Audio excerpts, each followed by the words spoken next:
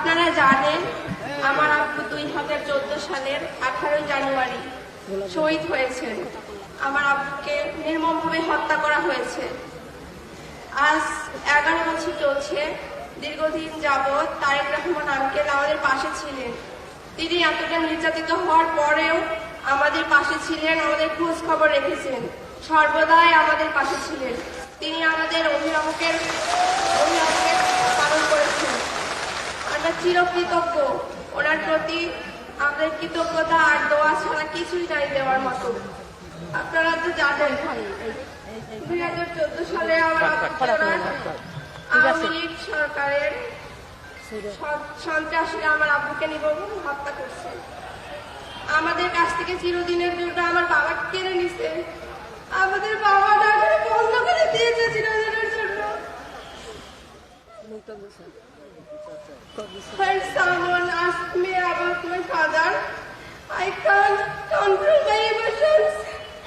I can't control me. আমাদের ইচ্ছে করে না বাবা রাখতে।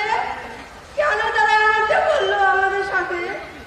কেন তারা এইভাবে নির্মমভাবে আমার আব্বুকে হত্যা করলো? কেন?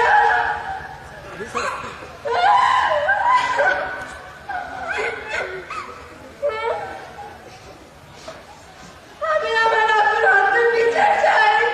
পুরো দেশবাসীর কাছে আমার একটাই দাবি, আমার আব্বুর হত্যার বিচার যদি হয়, আমি বিচার চাই আমার আব্বুর হত্যার। আসাদুজ্জামান নূর, উনি হচ্ছে মাস্টার মাইন্ডার আসাদুজ্জামান নূরের ফাঁসি চাই আমি। ফাঁসি চাই। ওই আনজাস্টিস, আমরা সঠিক বিচার চাই, সঠিক বিচার চাই। সবাই আমাদের জন্য দোয়া করবেন। তারেক রহমান আঙ্কেল, আপনার ফ্যামিলির প্রতি, আপনার প্রতি অনেক অনেক দোয়া রইল।